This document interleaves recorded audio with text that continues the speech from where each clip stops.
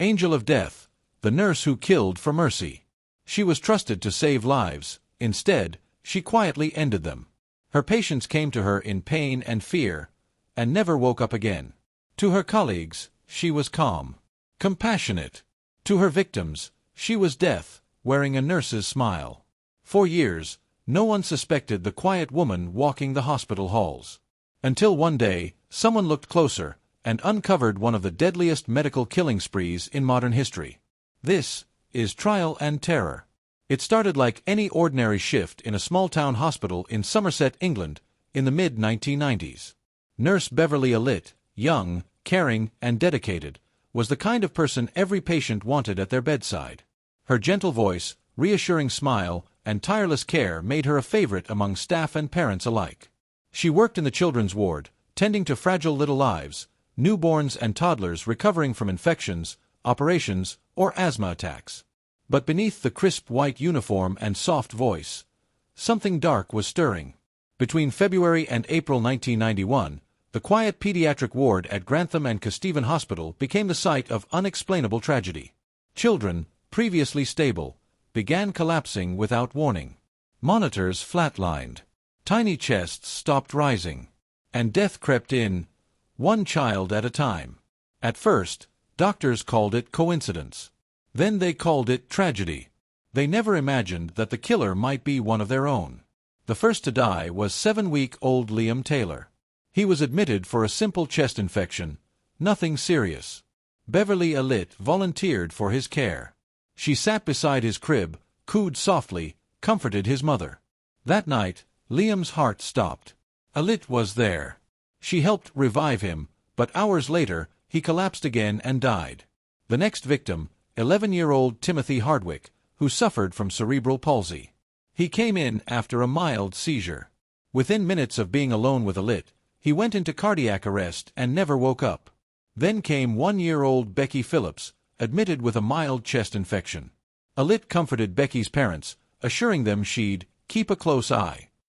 Within 24 hours, Becky was dead.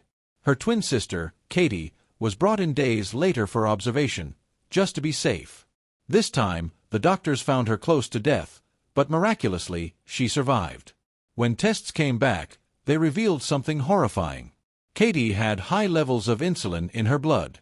Someone had injected her. The hospital staff were shaken.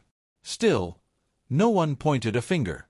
After all, who could suspect Beverley, the gentle nurse who had been there through every crisis? Over the next few weeks, the pattern grew impossible to ignore. 2-year-old Yik Hung Chan stopped breathing and had to be revived. 5-month. Old Paul Crampton suffered 3 insulin overdoses in 36 hours. 5-year-old Bradley Gibson collapsed from a cardiac arrest caused by injected insulin. 2-year-old Kaylee Desmond almost died from a mysterious insulin spike. And 15-month-old Claire Peck, admitted for asthma, was found lifeless minutes after being left with Nurse Allitt. By the end of April 1991, 4 children were dead, and 9 more were critically injured. Each case was unexplained. Each tragedy happened under the same nurse's watch. Hospital administrators began to whisper, but nobody dared accuse a nurse of murder. The idea was too monstrous to believe. It wasn't until Katie Phillips' parents, suspicious after losing one daughter and nearly losing another, demanded answers, that the pattern began to crack. When police and medical experts reviewed the records, they noticed a disturbing constant. Every incident occurred during Allitt's shifts, and every victim showed unexplained insulin or potassium abnormalities. What the staff saw as compassion was in fact cold calculation. The hospital called in detectives. They began quietly collecting evidence, shift schedules, blood samples, and insulin vials. When forensic experts tested and used syringes from the ward, they found fingerprints belonging to Beverley Allitt on vials containing massive doses of insulin and potassium, drugs that, in large amounts, can stop a heart within seconds. The walls of the hospital, once a place of healing, had become a hunting ground. In November 1991, Allitt was arrested. Even then, she said nothing. She smiled faintly, calm and detached. When questioned, she denied everything, claiming she was being framed by jealous colleagues. But as detectives dug deeper, a chilling portrait began to form. Psychiatrists suggested Allitt suffered from Munchausen syndrome by proxy, a rare psychological disorder in which a caregiver deliberately harms others, often to gain attention, sympathy, or control. For years, Beverley had been obsessed with hospitals. Even before becoming a nurse, she often pretended to be ill, faking injuries, exaggerating symptoms, and spending long hours in clinics. She craved medical attention, and now she had ultimate access to it. She wasn't killing for revenge or money. She was killing for significance. Each collapse brought her praise. Quick thinking, Beverley. Each near-death made her indispensable. And each real death fed her hidden addiction to power.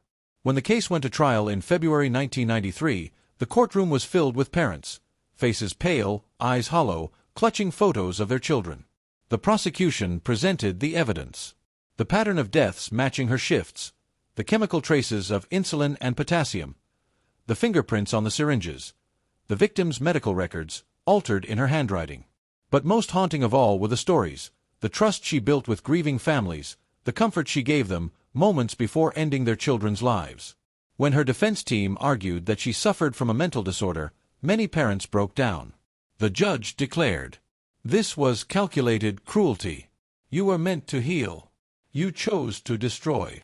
Allitt was convicted on 4 counts of murder, 3 counts of attempted murder, and 6 counts of grievous bodily harm.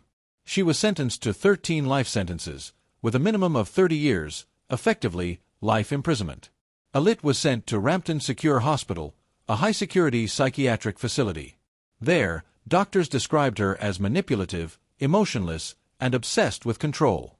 Even in confinement, she sought medical attention for imagined illnesses, feigning symptoms, demanding tests, and relishing the attention from doctors and staff. She remained unremorseful. To this day, she has never confessed to her crimes. The case of Beverley Allitt, the Angel of Death, sent shockwaves through the medical world. Hospitals across Britain reviewed procedures for staff supervision, drug access, and patient monitoring. Background checks became stricter. Protocols for medication tracking were rewritten. But for the families who lost their children, no system could repair the damage. To them, Beverley Allitt wasn't an angel of mercy. She was a silent storm that swept through their lives, leaving only grief in its wake. The most haunting question remains. How many times had she smiled at a mother? Just before stealing her child forever? Beverley Allitt was supposed to heal, but her compassion was an illusion. Behind her calm demeanor hid a craving for power, and a godlike obsession with deciding who lived and who died. She became a symbol of betrayal, proof that sometimes evil doesn't wear a mask. It wears a nurse's uniform. This was Angel of Death, the nurse who killed for mercy. This is Trial and Terror. Do not forget to like, share, and subscribe as we uncover the darkest crimes and coldest mysteries the world has ever known.